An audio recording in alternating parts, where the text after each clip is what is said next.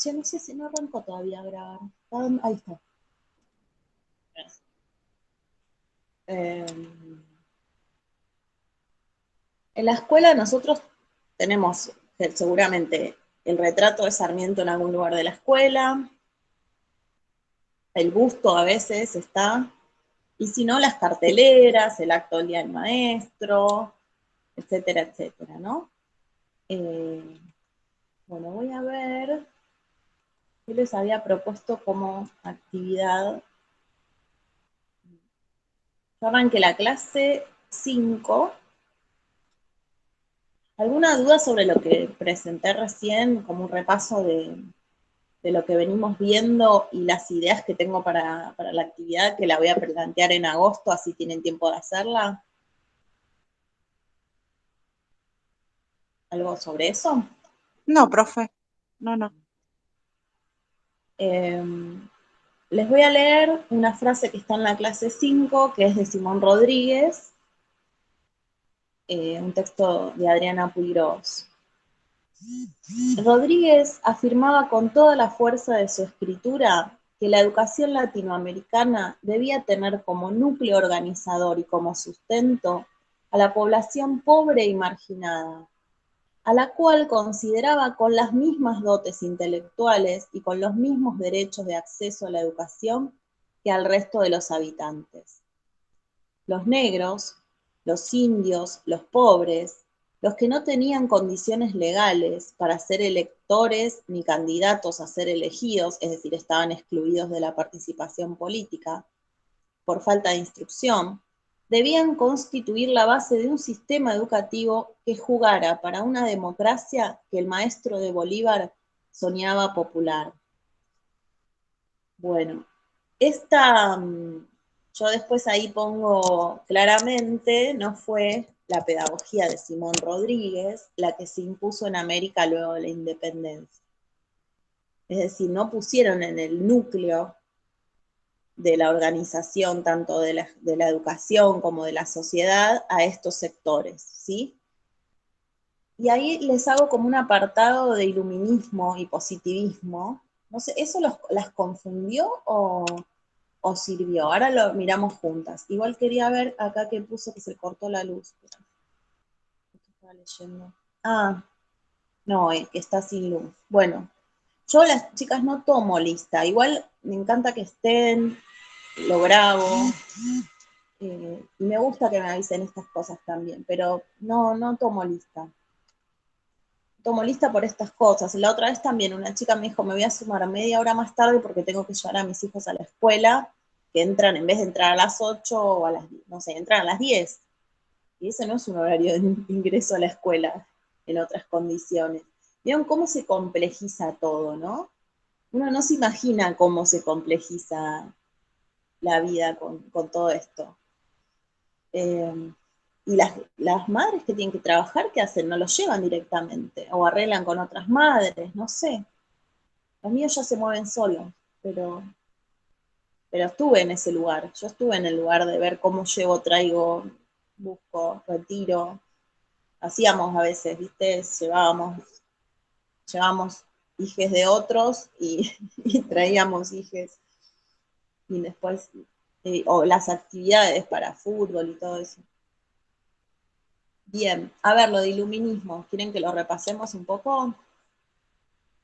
Eh, ¿Por qué? ¿Por qué Sí, traje, profe, por qué traje lo yo mucho no entendí no entendí mucho lo de iluminismo? uy, Iluminismo y positivismo. ¿Positivismo lo vieron en sociopolítica o no? no recuerdo, profe. Bueno, generalmente lo ven en sociopolítica. Eh, ¿Cuál fue la pedagogía triunfante? Coloco ahí, ¿no? Y aquella que se basó en el iluminismo y el positivismo europeo. Eso un poco nos remite, ¿se acuerdan del videíto de Julieta Paredes? Que dice que ellos nos comprimen con sus discursos, con sus prácticas, bien. Es todo este pensamiento europeo el que va a forjar sociedades latinoamericanas, ¿sí? Entonces yo tomo un texto de Tamarit es argentino, que dice: desde el comienzo el iluminismo racionalista plantea las cosas en términos de razón y sin razón, ¿sí? Adjudicando a las élites ilustradas, o sea, a las clases dominantes, la razón, y a las masas, es decir, los trabajadores o los pobres o los excluidos, la sin razón. Bueno, Europa va a dividir, y ahora les voy a leer otro textito también, fui juntando varias cositas. Si estuviéramos en clase, les reparto los textos, los leen en grupos, les digo todo lo que extraño. Después ponemos en común, cada grupo plantea algo que dice el texto, bueno, eso no podemos. Aunque, bueno, no voy a pensar cómo se organiza eso en la virtualidad. Creo que Zoom permite armar salas privadas. O sea, yo agarro estas 11 personas y las divido en grupitos de 3, algo así, no sé, o 4. Bueno, para la próxima pandemia. Bien, entonces, Europa organiza y divide el mundo, o categoriza como le conviene. La razón son ellos, o son las clases dominantes. Bueno, por ahí hay algunas frases que son medio confusas, de Tamarit. Dice que hay contradicciones en el iluminismo, porque es humanista y aristocratizante, o sea, la aristocracia es la que tiene privilegios. Entonces, como sos humanista, que se supone que te importa toda la humanidad, si defendés privilegios. Elitista y aún racista, o sea, querer eliminar otras razas o considerarlas inferiores. Y filantrópico. La filantropía es la ayuda humanitaria, ¿no? Pero es una ayuda que no impide que vos dejes de seguir siendo pobre, ¿sí? Se propuso llevar las luces de la razón al pueblo. Esto es lo que quiere hacer el iluminismo. Elevarlo a las alturas del conocimiento y del entendimiento, ¿sí?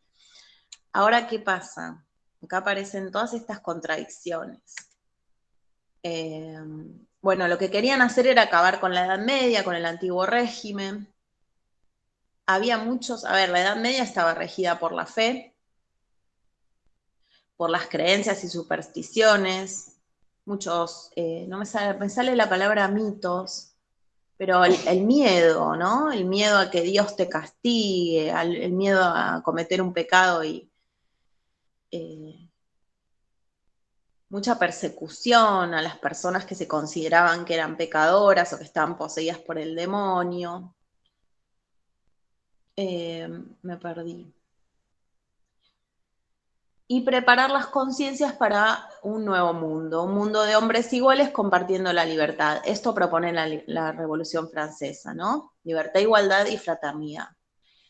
Ya sabemos que esta utopía nunca llegó a cumplirse, ¿sí? ¿Qué se logró? La igualdad, la libertad económica. Eso es lo que más logró el capitalismo, la libertad económica.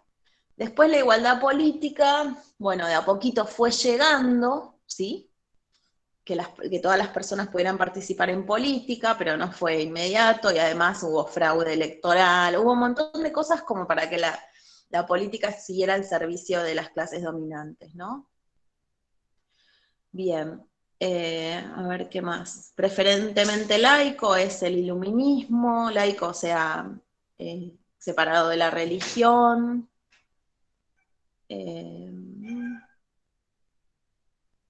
Bueno, y acá un poco señala esta idea de que, a ver, que el pueblo siempre va a tener sus límites, ¿sí? Por su condición, por ser el pueblo, por ser pobres, algo así como que por naturaleza son desiguales. Entonces aparecen un montón de disciplinamientos para esa población, ¿no? El disciplinamiento exterior, que es la ley, coacción y coerción, y el disciplinamiento interior, constitución de las conciencias, constitución de las conciencias, formación del sentido común. Es decir, yo te disciplino con el garrote, pero también una forma más efectiva es constituir en tu subjetividad la idea de que este mundo está bien como está, ¿sí? Y que yo ocupo el lugar que tengo que ocupar. Si soy pobre, está bien que algo que antes hacía la religión, Dios quiere que yo sea campesino, Dios quiere que yo, bueno, ahora lo hace el sentido común y la disciplina que impone la sociedad capitalista, ¿no? Bien, a ver, ¿qué más? Creo que no. Profe, Sí, con esto del disciplinamiento, es lo que dice con respecto a las distracciones, a la falta del ocio. ¿Se a ver, refiere hay a una. eso? Ahí mismo lo dice. No me acuerdo dónde lo leí, pero sí, en ese texto. A ver. Acá lo que señala que es muy interesante son cosas que les digo en su momento me sorprendieron a mí. Antes, la cultura, o sea, en la Edad Media, no había una separación fuerte entre cultura de élite y popular. Ahora lo leo, Luján. Eh, Dice, hacia los siglos XVII y XVIII se desarrolla una represión sistemática de la cultura popular y se inicia un distanciamiento entre la élite y la cultura popular. Anteriormente se mezclaban, ¿sí? Los nobles participaban de las creencias religiosas, supersticiones, juegos, de las fiestas, ¿sí? Entonces, y además les permitían que hicieran todo eso que hacían. ¿Será eso, Aldana? Creo que es eso lo que vos decías. Y empiezan a controlar e inhibir eso a lo largo del siglo XIX. No puede ser eso, sí, ahí lo estoy buscando. De todas formas, estoy pensando que lo que vos decís del ocio está relacionado con la constitución de las conciencias. A ver, no sé, obviamente que no todos tienen acceso a Netflix, pero la televisión o lo que sea es un poco un hipnotizador de las conciencias, es un adormecedor, si quieren. No sé, eso me trajo Aldana cuando dijo eso, me trajo esta idea. Sí, si podés buscarlo, porque yo tampoco me sé todo esto de memoria. Yo después lo que les puse es, estamos en Francia, ¿eh? Pensadores franceses, ahora vamos a ir a Sarmiento, porque a ver, ¿por qué puse todo esto? Porque digo, Sarmiento si no parece que es un cretino, eh, que se le ocurrieron un montón de ideas atroces sobre qué hacer con el indio, con el gaucho, ¿no? Y en realidad esto sale de este pensamiento europeo, ¿no? Este pensamiento positivista. Acá no puse positivismo, las características, pero ¿qué es? El progreso indefinido, en el sentido que plantea Europa, es decir, a través de la industria, a través de la ciencia, de la técnica, después más tarde la tecnología. Todos deben someterse a las instituciones capitalistas. Eh, ¿Qué más del positivismo? Bueno, aquel que no encaja va a la cárcel, al loquero, al hospital porque está enfermo, está loco o es un delincuente, ¿sí? Hay todas instituciones de encierro para aquellos que representan un problema para esa sociedad, la sociedad bueno, la sociedad va a alcanzar la armonía y el bienestar de todos, ¿sí? Eso es más o menos el positivismo, capaz que me olvido algo. Bueno, y Voltaire, que es un francés, refleja un poco los debates de la época, ¿no? Él muere en 1778, más o menos para la época en que muere también Rousseau. Antes, no, él vio la 1789, no, se murió antes de la Revolución Francesa. Todo está perdido cuando el pueblo se mezcla en la discusión. El peón, el obrero, debe limitarse a lo necesario para trabajar. Tal es la naturaleza del hombre. Es necesario que ese gran número de hombres sea pobre, pero no miserable. Es inevitable que la humanidad debe estar dividida en dos clases con muchas subdivisiones, opresores y oprimidos. O sea, está diciendo esto debe ser así. Si no es así, no vamos a tener la sociedad que queremos. Afortunadamente la costumbre, la necesidad, esto, Aldana, y la falta de Sí, ocio, sí, es eso. Voltaire, ahí está. impiden a la mayoría de los oprimidos darse cuenta de su condición. ¿Se dan cuenta? Yo cuando leí esto sentí un puñal en el corazón, así tipo, ¡pum! Fíjate cómo se expresan las clases dominantes, ¿sí? Voltaire pertenecía a las clases altas, estaba pensando la revolución y decía, necesitamos que el peón y el obrero viva solamente para trabajar. Y no se va a dar cuenta porque como no tiene tiempo libre, ¿no? Se acostumbra. Fíjense, tremendo. Entiendo por pueblo al populacho que no tiene más que sus brazos para vivir. Dudo que este orden de ciudadanos tenga nunca el tiempo ni la capacidad de instruirse. Morirían de hambre antes de devenir filósofos. Me parece esencial que haya cocineros ignorantes. No es el trabajador manual quien tiene necesidad de instruirse. Es el burgués, es el habitante de las ciudades. A ver, no sé si querías decir algo de esto, Aldana. ¿A vos te pasó? ¿Te pasó también que te chocó? Perdón, profe, estoy haciendo otra cosa ahora. No, está bien. Un segundo.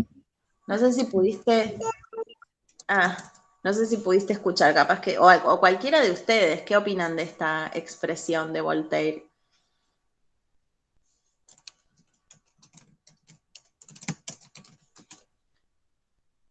Vamos a ver porque hay más, ¿eh? No es el único. Como para decir, no, Voltaire no era el único que... Después también había otros que estaban en contra de esta postura, ¿eh?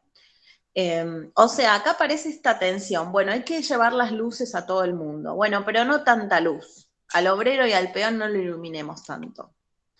Acá hay otro, tiene un nombre más difícil, de la Chalotais. Ahí está. Luis René de Caradeuc de la Chalotais, un jurista francés, que también muere un poquito antes de la revolución. Son los que estaban ahí como cocinando la revolución. Algunos, ¿no? Entonces, se quiere la instrucción pública, pero más allá de ciertas condiciones se le teme. Nunca ha habido tantos estudiantes como hoy, dice ese nombre difícil.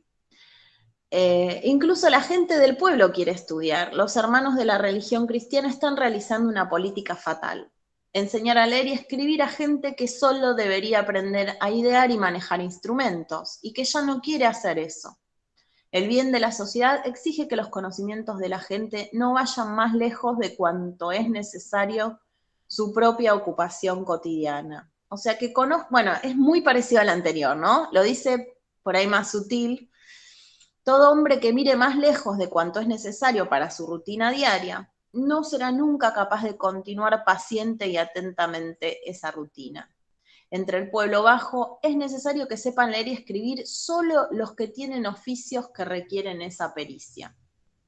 ¿Sí? Luego empieza como esta discusión a ver quién tiene que aprender, cuánto y para qué. Que la educación debía existir, eso sí, es como que no hay dudas. En oposición a lo anterior tenemos a Rousseau, Jean-Jacques Rousseau, que además de escribir política también escribe el Emilio. Cuando trabajamos en la presencialidad yo armaba grupos y cada grupo armaba como una presentación original de Rousseau o de Comenio porque Comenio escribe un libro sobre pedagogía y es el inspirador de Simón Rodríguez y de la Escuela Nueva. Más adelante vamos a hablar otro poco más de Rousseau. ¿Qué dice? No sé si lo vieron igual en pedagogía. Yo no lo doy en pedagogía, lo doy en historia. Y ahora menos, que cada vez estoy achicando más todo, porque no, a mí no me va la de tratar de meter todo lo que hacía en la presencialidad en este contexto, meterlo todo, ¿viste? Lo aprieto y que entre. Porque Rousseau plantea, les digo un poquito, con respecto a la educación, que hay que dejar hacer al niño, a la niña, explorar, experimentar, observar los objetos, observar el mundo, y que él vaya formando y ella vaya formando sus ideas, no darle inicialmente libros, porque ahí ya están las ideas elaboradas. A ver qué dice. Para que no leí lo anterior de Luján, me parece, porque estoy en otra pestaña. Si Dios quiere tal cosa, se me cumplirá. Bueno, sí, vieron que persisten. Ojo que yo también, si hay, sobre todo, ¿en qué momentos nos acordamos de Dios? Cuando hay problemas, le pedimos. Bueno, por eso esa parte, digamos, que hoy las personas tengan ciertos rituales o prácticas religiosas o que formen parte de su vida, porque hay una vida espiritual, que el capitalismo la niega bastante, o la utiliza mercantilmente, pero tenemos una vida espiritual, y cada uno hace lo que le parece con eso, ¿no? Porque para los que no creen en Dios, lo espiritual puede estar por el lado de la naturaleza, por lo que nos es dado para vivir, qué sé yo. Y acá dice Luján, el Estado-Nación decide institucionalizar al sujeto para homogeneizarlo y prepararlo para la industria, someterlo a la mano de obra. Ahí está, esta es la solución que encontraron, ¿no, Luján? Digo, lo escolarizo, no le enseño mucho, finalmente a leer y escribir aprendieron. Y con todo ese sistema, cómo está organizado el sistema escolar, lo preparo para la fábrica, para la obediencia, para los tiempos, ¿no? Está construyendo, hoy sí. Yo pensaba, si acá empieza a haber ruidos, pero no, está todo tranquilo. No están construyendo, pero vieron que en cualquier momento aparecen unos ruidos. Bueno, qué interesante esto. Estoy sentada de leerles. No, después les leo este pedacito. A ver, ¿qué dice? Bueno, Marx decía que la escuela era un instrumento de la clase dominante. Un instrumento, ¿cómo decir? Bueno, sí, de dominación. Ahora bien, pensemos antes de volver a los autores estos. ¿No creen todas, creo que ya esto quizás lo han pensado o lo hemos charlado alguna vez, la escuela, porque, a ver, la escuela es reclamada por las clases populares, quieren educación y quieren más años de educación, ¿o no? ¿No pasa eso? La escuela es un instrumento también de emancipación, es de dominación, pero en algún punto termina siendo de emancipación, porque una vez que las personas aprenden a leer y escribir, después quizás se ponen en contacto con la prensa socialista o con la prensa anarquista, ¿no? O con, no sé, en nuestro país, pero igual inicialmente era el socialismo y el anarquismo, también en nuestro país, el que planteaba que todas estas cosas, ¿no? Denunciaba la opresión capitalista. Me parece que, no sé qué piensan de esto, me parece que la escuela claramente hoy cada vez más es un espacio de emancipación, si permite que se expresen todos y todas, si permite que se ejercite el pensamiento crítico, pero también la creatividad y un montón de otras cosas. Sin idealizar, pero creo que la escuela hoy está más cerca de eso que de la dominación, de la opresión. ¿Qué piensan de eso? Pasaron muchos años, ¿eh? Desde estos, piensen esto, desde esta gente que murió en 1780 por ahí, pasaron unos cuantos años hasta hoy. A ver, ¿qué dice Rousseau? Porque todavía no lo leí, ¿no? Concibo a la especie humana en la especie humana dos tipos de desigualdad. Una natural o física, que es establecida por la naturaleza. Y otra que yo entiendo que acá Rousseau habla de que las personas somos diferentes. ¿Sí? O sea, diversas, pero bueno, después lo pensamos. Otra, que podemos llamar moral o política, radica en los distintos privilegios de que algunos gozan en perjuicio de otros, como es el de ser más ricos, más respetados, más poderosos y hasta el hacerse obedecer. Entonces dice, bueno, las personas son desiguales por naturaleza.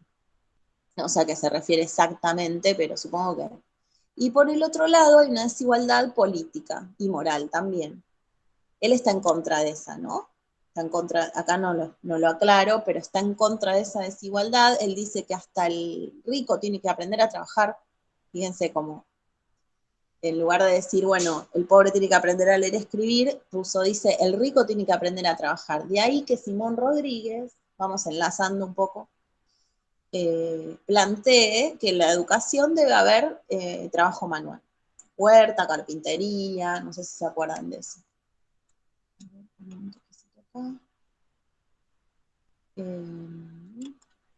¿Vamos bien? Porque están calladas. Ustedes díganme, avísenme. ¿Yani va bien? O me escriben en el chat, si no. Sí, profe, va bien. Bueno, después tenemos aquí a Condorcet. Este era el copado, sí. Estaba con duda, pero...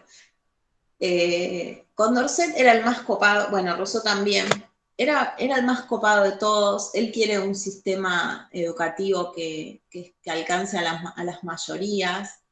A ver qué dice. Él también muere en 1782. Él llega a ver la Revolución Francesa. 1789 llega a ver la Revolución Francesa. Muere 5 años después. Yo obsesionada con que si vieron o no vieron la Revolución Francesa. Pero imagínate que son los ideólogos de la Revolución Francesa y la mayoría se murieron antes. Rousseau también.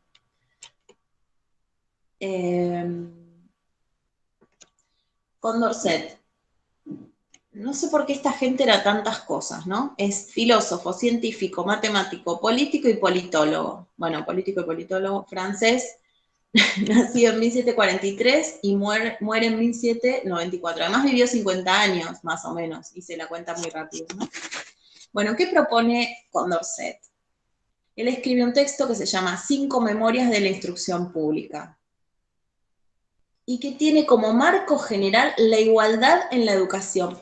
¿Esto por qué lo pongo también? Porque pareciera que son los mismos debates que se dan acá en Latinoamérica. Simón Rodríguez plantea esto, la igualdad en la educación, la universalidad, sin distinción de clases sociales, ¿sí? Acá Simón Rodríguez le incluye el elemento del mestizaje, del indio, del negro, ¿no? Que quizás en Europa no era tan fuerte, pero sí, siempre tuvieron migrantes. Bien, entonces, no sé bien en qué momento tienen migrantes, pero hay migrantes en Europa. Entonces, ¿qué dice? Dice que la ignorancia no permite al ser humano reflexionar y elegir las opciones correctas cuando se enfrenta a un problema. Entonces, por eso hay que dar educación a todos los ciudadanos de la nación, para que todos puedan decidir bien frente a situaciones de problemas. Pero una construcción verdaderamente libre en la que todas las clases de la sociedad disfruten de los mismos derechos, no pueden subsistir si la ignorancia de una parte de los ciudadanos no les permite conocer la naturaleza y los límites, les obliga a pronunciarse sobre lo que no conocen y a escoger lo que no pueden juzgar. O sea, si realmente queremos sociedades libres, todos tienen que tener acceso al conocimiento para conocer la naturaleza, los límites, y poder y pronunciarse y decidir. Si no puedo juzgar lo que no conozco, no puedo pronunciarme sobre lo que no tengo conocimiento. A ver qué dice Luján. Esperen, a ver que termino con Condorcet y leo lo de Luján. Condorcet con su teoría pretende unificar los aprendizajes de todos los ciudadanos, si no va a ser una enseñanza para los pobres, otra para los ricos, lo simplifica así. Pues menciona que lo fundamental en educación es instruirse y cultivarse. Esto va a constituir el desarrollo de la autoestima y el amor por la humanidad. De igual manera, acá aparece el humanismo, ¿sí? De igual manera nos menciona que la instrucción debe de tener consigo un carácter público, es decir, separar la iglesia del control de la educación. Bueno, ¿qué quiere Condorcet? Una democracia capaz de asegurar la felicidad y el desarrollo de todos los individuos de la nación. Creo que es lo que yo quiero. Yo sigo confiando en la democracia como mejor modo de vida y de mejorar la calidad de vida de las personas y la felicidad, por ende, ¿no? Porque ¿qué es que una persona tenga una vivienda digna? Es la felicidad. Bueno, al acceso a la cultura, hay muchas formas de ser feliz, ¿eh? No quiero decir que ser feliz es solamente tener una casa. De igual manera, la instrucción pública tiene como finalidad ofrecer a los seres humanos la oportunidad de desarrollar sus capacidades, satisfacer sus necesidades, asegurar su bienestar y la convivencia en la sociedad. Bien. Aquí creo que ya terminamos, nos llevó toda la clase más o menos ver esto, pero está bueno. Aquí aparece voy a leer lo que escribió Luján. Acá aparece, yo lo enlacé con esto de, bueno, ¿por qué Simón Rodríguez y Sarmiento están pensando en generar un sistema de enseñanza para todos y todas viene de Europa también esta idea, y de cómo organizar la sociedad. Dice Luján, los colonos demonizaron al indígena utilizando el lenguaje como un instrumento político. Vieron, ahí empezaron a hacer ruido, pero no creo que se escuche. Como un, ¿cómo se llama? Taladro. Demonizaron al indígena utilizando el lenguaje como un instrumento político al imponer su cultura letrada sobre la tradición oral. Exacto. Los pueblos originarios utilizan la palabra para comunicarse, ¿sí? Y, bueno, los colonos. Los europeos utilizan la lengua escrita. Si no hubiera sido un sincretismo cultural es cuando se mezclan ambas. A ver, Luján, necesito tu aporte, porque hubiera sido de aporte. O sea, lo que quiero decir es que si el pueblo originario quería introducirse a lo letrado, lo hacía elección, no por violencia. Sí, me parece que sincretismo es cuando una cultura absorbe a la otra, si no me equivoco. Hay otro término que se utiliza mucho que es aculturación. Sincretismo Creo tengo que Sí. cuando una cultura es como que está sobre la otra, pero de forma violenta. Ahí está, Y sincretismo. creo que la Es, otra sería que es como cuando pasa acá, que compartimos el mate o cosas así. Es sin violencia, digamos. Se da de forma natural y eh, con más tiempo, con un lapso de más tiempo, digamos. El otro no, el otro es violento, yo te invado, yo te saco tu cultura. lo que vos decís, Sara, es cuando se van combinando elementos de ambas culturas de manera pacífica, digamos, ¿no? Claro.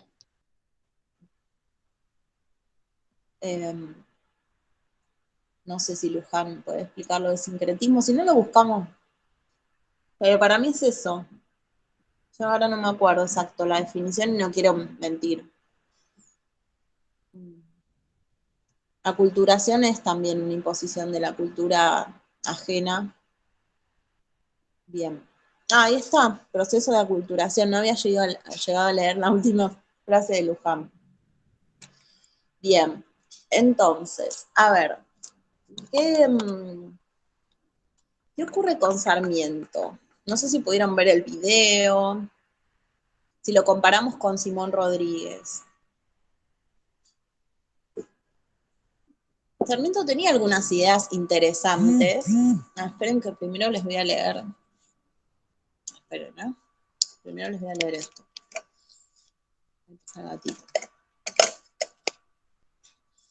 Esto lo saqué de un libro que se llama Escolarizar lo sensible, estudios sobre estética escolar, de Pablo Pinó, que es de historia. Ahí está, aculturación es imposición, y sincretismo, esa es la duda que teníamos. Les leo esto mientras Luján busca sincretismo.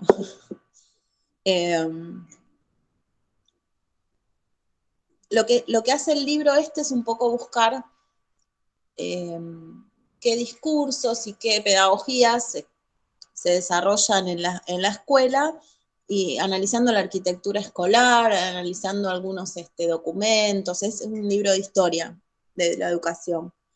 Y dice: quieren reconstruir la mirada estética que los fundadores del sistema educativo moderno argentino realizan sobre sus escuelas, ¿no? Una de sus características, ¿quiénes son los fundadores del sistema educativo argentino? Uno es Sarmiento, por ejemplo. Ahí enlazamos con él. Una de las características centrales es la estructuración en base de una lógica binaria, según la cual la realidad se ordena de acuerdo a dos términos opuestos y complementarios que ocupan la totalidad del campo a nombrar. De los dos términos, uno es valorado positivamente, por lo que debe expandirse. El otro es valorado negativamente, por lo que debe reprimirse. Cada uno de ellos es todo lo que no es el otro, y juntos agotan la significatividad de los fenómenos. Esto produce una fijación de sentidos habilitante de una jerarquía moral que ordena el camino que hay que seguir. Bueno, está hablando de la civilización y la barbarie, ¿no? Todo hay que englobarlo en esos dos términos, ¿sí? Eso organiza, a ver, ¿qué es el sincretismo?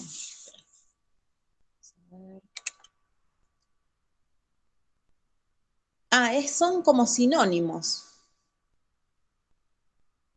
Son sinónimos entonces. No sé si sinónimos, pero designan algo parecido. Está bien. Por eso tenía la duda. Gracias, Luján. Gracias por recordarme. Bien, entonces, por un lado se evidencia una cantidad de tópicos negativos, contra los cuales debía construirse una nueva estética que ordenara la escuela que necesitaba la nación. La preeminencia del cuerpo como ordenador de las experiencias escolares, que iba desde la existencia de castigos corporales hacia la omnipresencia de los olores, la oscuridad de las aulas, que las asemejaba a templos y monasterios, la oralización susurrante y memorización, que recordaba rezos, la suciedad y hacinamiento, la carencia de objetos y contenidos dignos para... O sea, está hablando de las escuelas que son la barbarie, ¿eh? O bueno, lo que no quieren. La acumulación desordenada de objetos, sujetos y saberes, el uso inadecuado del tiempo. Contra esa imposición debían erigirse los nuevos valores: luminosidad, aireación, racionalización de los recursos, presencia de imágenes, abundancia de materiales, eliminación de castigos corporales, lecturas expresivas, uso eficaz del tiempo y saberes útiles. Eran algunas de las nuevas pautas que debían imponerse en las escuelas de la República. Sí, pero esto no habla tanto de civilización y barbarie, ¿eh? Esperen, voy a buscar otro segmento. Esto habla más de cómo se identificaba lo que la escuela no debía hacer con lo que la escuela debía hacer.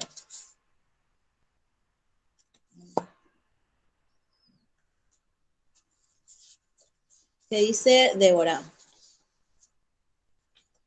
El concepto de sincretismo ha sido empleado por la antropología cultural para referirse al proceso mediante el cual dos tradiciones diferentes se ven obligadas a convivir durante un periodo largo y experimentan una gradual asimilación. Bueno, ¿ves? Pero acá no hay violencia, entonces. Ahora estamos en problemas, tengo la duda, che. ¿Hay violencia o no hay violencia? Bueno, después les busco lo de civilización y barbarie.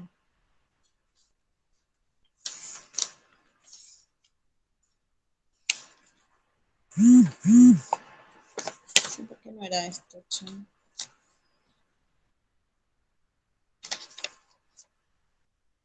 Sí, acá. Así que pareciera que el sincretismo no es, aculturación es más violento que sincretismo.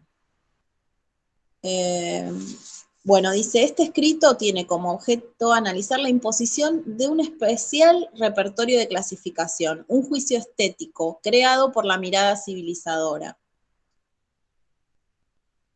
En el momento de su constitución, el sistema educativo argentino se propone imponer colectivamente una estética civilizada, basada en conceptos como la higiene, el recato y el control de los excesos, en oposición a la estética bárbara.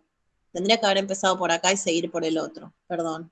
Entendida como una rémora para el progreso del país, presente en la sociedad y en la educación previas. El triunfo de la escuela implicó la unificación estética de las poblaciones a su cargo, que tuvo como efectos el despliegue del Estado moderno, la creación de la nacionalidad como imaginario compartido, la imposición de prácticas y patrones simbólicos a todos los habitantes, la prohibición y control de otras propuestas estéticas, o sea, todo lo que no fuera argentino, la lengua castellana, ¿no? Las vestimentas, etcétera. Las culturas inmigrantes o pueblos originarios eran prohibidos y controlados. Y la creación de mercados de producción y consumo homogéneos y expansivos. Bueno. A ver. Vamos a seguir unos minutitos más, nada más. A ver qué propongo como... Esperen. Bueno, yo les decía, hago clases largas, ustedes díganme igual, pero no les puse texto acá, ¿vieron? No les di un texto de Sarmiento para leer. La actividad para el MIT era comparar las propuestas educativas que llevaron adelante a Simón Rodríguez y Sarmiento. Por ejemplo, ¿quiénes eran los destinatarios de la educación? Para Simón Rodríguez ya lo dijimos, ¿no? ¿Quiénes eran para Sarmiento los destinatarios de la educación? O sea, ¿quiénes debíamos educar como sociedad? ¿Qué rol cumple la educación? ¿Qué contenidos y métodos? Y si pudieron llevar a cabo las propuestas, sí, no y por qué. Bueno, Simón Rodríguez no puede, o sea, lleva adelante sus propuestas, pero no las puede concretar por completo. También está en otra época, diferente a la de Sarmiento. Sarmiento está viviendo el momento donde se consolida el Estado Nacional Argentino, y Simón Rodríguez está en la época de las guerras de la independencia, así que eso hace que también sea más dificultosa. Por ejemplo, Simón Bolívar, que era su amigo, digamos, era su admirador, no le podía mandar mucho dinero, no lograba apoyarlo lo suficiente en sus tareas de educación a Simón Rodríguez, ¿no? ¿Y qué podemos sumar a partir de lo de esta clase en este eje de análisis, antinomia, civilización y barbarie? Bien. Bueno, a ver. Esta frase de Sarmiento es genial. Como esta cosa de que confiamos en la educación, pero la verdad que no alcanza para esta gente, porque esta gente ya es como que por naturaleza, o vuelve a su casa y se echa a perder todo lo que la escuela, y fíjense cómo a veces se sigue pensando eso, ¿eh? Esto es lo importante, que si como docentes vamos a pensar a nuestros estudiantes como carentes de, como bárbaros, como incivilizados. A ver, voy a ver si escribieron algo en el chat. Che, ¿por qué no se animan a hablar? Hay mucho ruido, ¿qué pasa? ¿Les da miedo? ¿Qué pasa? ¿Por qué no se animan a hablar?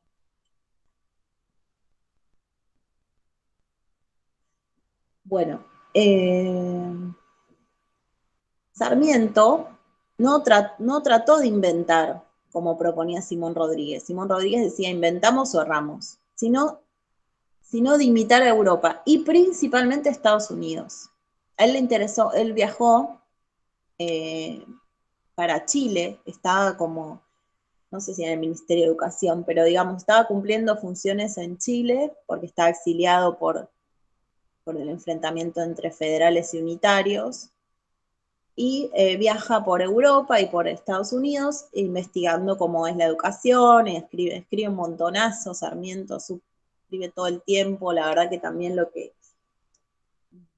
los aportes, digamos, de Sarmiento a la educación son muy interesantes, porque va comparando los métodos de enseñanza, ¿no? Cómo se organizan los grupos, etc.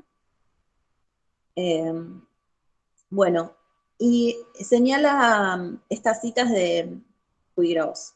Dice, Sarmiento excluía al pueblo latinoamericano. Esta es la pregunta a quienes estaban dirigidas. Excluía al pueblo latinoamericano en el dibujo del sujeto pedagógico, desacreditando sus capacidades educacionales, aunque la escuela pública que promovió era universal y obligatoria, o sea, contradicción, ¿no? Pero ya veíamos que el iluminismo y el positivismo europeo tenían estas contradicciones. Esa escuela era visualizada como un instrumento para disciplinar a aquellos que Rodríguez quería promover. Sí, acá aparece esa oposición. Rodríguez quería promover a los excluidos, a los marginados, quería que se desarrollen sus capacidades, inteligencias, etcétera, y que fueran como el motor de la sociedad. Sarmiento descalificaba a la población hispanoamericana, llama raciales a diferencias culturales y tecnológicas, de organización social y desarrollo económico de los pueblos. El racismo que dejó en su herencia, inscrita en la principal obra de la literatura argentina, él escribe un libro que se llama Facundo, Civilización o Barbarie, en el cual es raro porque él en parte lo admira el caudillo, a Facundo Quiroga, pero también desprecia todo, después les leo por ahí algún pedacito, no sé si puse acá, o les leen en el video capaz. Para él el campo era el atraso, el gaucho era bruto, no sé, pero le admiraban la fuerza, ¿no? Ahora voy a leer lo que dice Yani.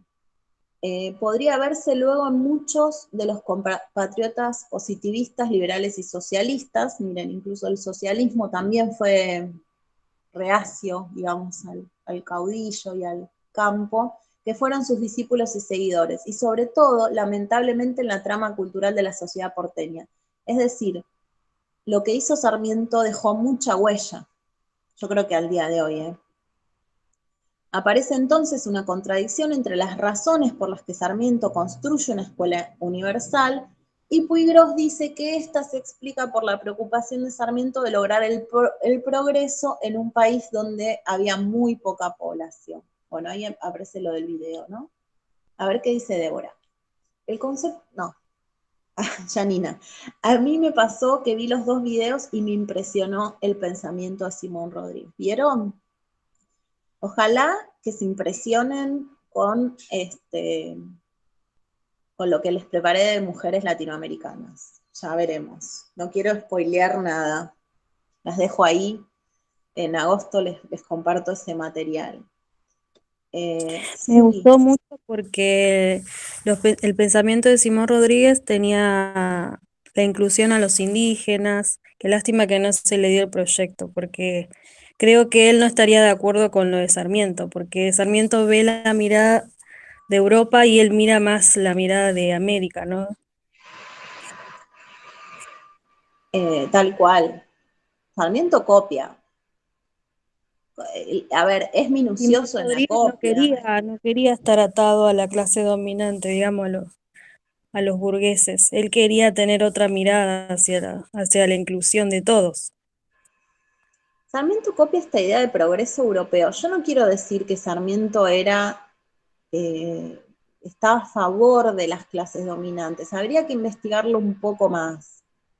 Porque en un momento él dice, démosle tierra a las personas, porque como sea, como repartir la tierra, y esto va a hacer que ellos quieran cuidar el lugar donde viven, se comprometan por la educación, quieran colaborar con el Estado, ¿no? Pero si no tienen nada, o sea, hay contradicciones en el pensamiento de Sarmiento. Promover la educación de todos y todas en la época en que Sarmiento vivía era un montón, porque había gente que directamente decía, bueno, no, solo escuelas para, no sé, para unos pocos, o no invertamos en esto, ¿sí? Por eso no es tan sencillo, no es que lo podemos poner blanco o negro a Sarmiento, ¿se entiende? incluso se preocupó porque las escuelas tuvieran los mejores materiales, los mejores métodos, ¿sí? Que quizás hoy son métodos que no usaríamos, pero por que las condiciones de higiene, ¿no? O sea, había una serie de cuestiones que digamos, serían positivas en su mirada y todo eso. Lo que sí nos ha pasado a muchos y a muchas es que nos desayunamos que Sarmiento decía, bueno, si hay que matar al indio, mátenlo, al gaucho también, porque la verdad son ineducables. Esto sí, quizás sorprende a muchas. A ver, Eso acá les sigue pasando igual. claro, Ese pensamiento sigue. ese pensamiento sigue. Yo voy a tener que, lástima, pero bueno, igual tampoco las puedo tener toda la mañana, porque voy a tener que ir cortando para ir a hacer lo del DNI con mis hijos. Pero les quiero leer, acá en esta clase, les puse algo del texto Escolarizar lo Sensible, creo que es lo que les leí. Miren, la escribí hace un tiempo, entonces ya ni me acordaba. Obvio que antes de publicar reviso lo que... Bueno, a ver qué dice. En el momento... Sí, acá está, esto les leí. Civilizar al bárbaro y educar al soberano constituían el mismo proceso, por lo que el triunfo de las propuestas de democratización social tenían como contracara la erradicación física y simbólica de los sujetos sociales previos. ¿Qué quiere decir erradicación física? Matar. Y simbólica, matar su cultura, de los sujetos sociales previos, es decir, los bárbaros, es decir, los indígenas, mestizos, los negros, aquellos sujetos que Simón Rodríguez destaca como los que están iguales desde el punto de partida para formar esa sociedad nueva. Bueno, ¿quién me decía lo de Simón Rodríguez? Por eso, a ver, siempre un pensamiento liberador va a ser ocultado. Va a ser ocultado. A ver qué les voy a escribir a mis hijos, que ya voy. Igual tenemos que estar 10 y cuarto. Así que, y estoy cerca del registro civil. Bueno, a ver si voy terminando con esto. Por eso, el pensamiento de Simón Rodríguez es censurado y es clausurado porque va en contra de los intereses de las clases dominantes. La escuela de Guarizata fue eliminada, esa experiencia solo duró 10 años porque iba en contra de los intereses de la clase dominante. Bueno, y para cerrar, les leo esto que decía Analía, esto sigue pasando. ¿Qué dice Sarmiento? Son palabras textuales, ¿eh? Cuando yo les pongo así entre comillas lo que dijo Rousseau, lo que dijo Voltaire, Sarmiento. Escribió en El Monitor de las Escuelas Primarias, que era un periódico que tenía que ver con la educación. En realidad en 1913 él ya no vivía, me parece, pero ese año es de la publicación que yo tomé. Bueno, ¿qué dice Sarmiento? El humilde maestro de escuela de una aldea pone toda la ciencia de nuestra época al alcance del hijo del labrador, a quien enseña a leer. Todo un curso completo de educación puede reducirse a esta simple expresión. Leer lo escrito para conocer lo que se sabe. A ver qué dice. Solo el maestro de escuela está puesto en lugar adecuado para curar radicalmente los males sociales. Dice, el ejemplo del padre, el ignorante afecto de la madre, la pobreza de la familia, las desigualdades sociales, producen caracteres, vicios, hábitos diversos y opuestos en cada niño que llega a la escuela. Él tiene una sola moral para todos, una sola regla para todos, un solo ejemplo para todos. Él los domina, amolda y nivela entre sí, imprimiéndoles el mismo espíritu, las mismas ideas, enseñándoles las mismas cosas, mostrándoles los mismos ejemplos. Bueno, y ahí me salta una parte y dice, el niño con tanto afán educado volverá al seno de su familia, al rancho, el desaseo, la desdeñosa indiferencia del padre, la rudeza de la madre, destruirán del todo o debilitarán en parte los frutos adquiridos. La atmósfera misma en la que vive, las costumbres que presencia, el atraso que lo rodea, el aspecto de las cosas, la casa, el arado, la manera de cosechar, las relaciones sociales, todo conspirará para debilitar el germen de mejores ideas que recibe en la escuela. Bueno, cerramos con esto. ¿Qué opinan?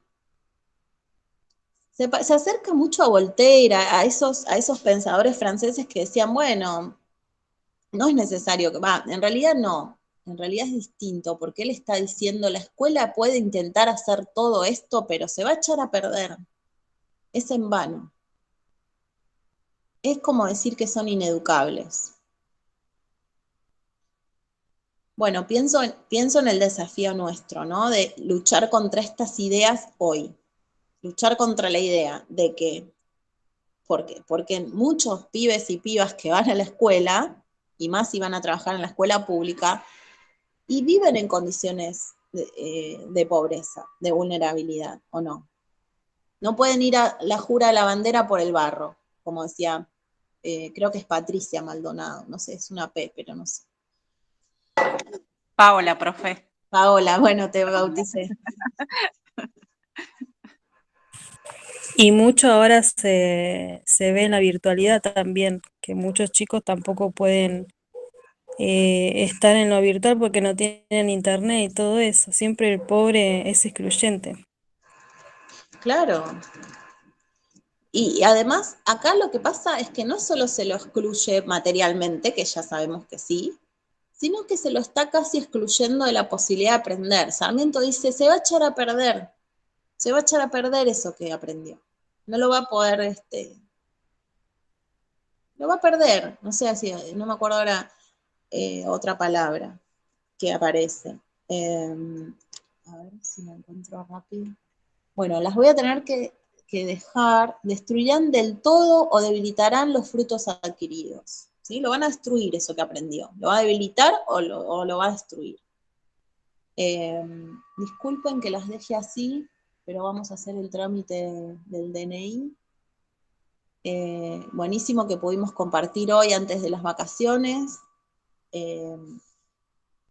Y igualmente, bueno, nada, si más adelante se les ocurre algo que quieran compartir de Simón Rodríguez o de Sarmiento, lo podemos hacer, porque probablemente, o sea, yo les publique clase en agosto, pero hacemos un meet o presento la actividad y recuperamos lo que nos haya quedado de estas dos unidades, que fueron bastante largas, ¿no? La de Simón Rodríguez y la de Sarmiento. Le impactó, puso el foco en la educación. Ah, vos decís Yani de Simón Rodríguez, ¿no? Sí, porque estaba hablando de Simón Rodríguez antes. Estaría bueno también que a ver cuál de los dos nosotras nos posicionamos y si se puede lograr ese pensamiento cuando estás en el aula o cuando estás en tu trabajo.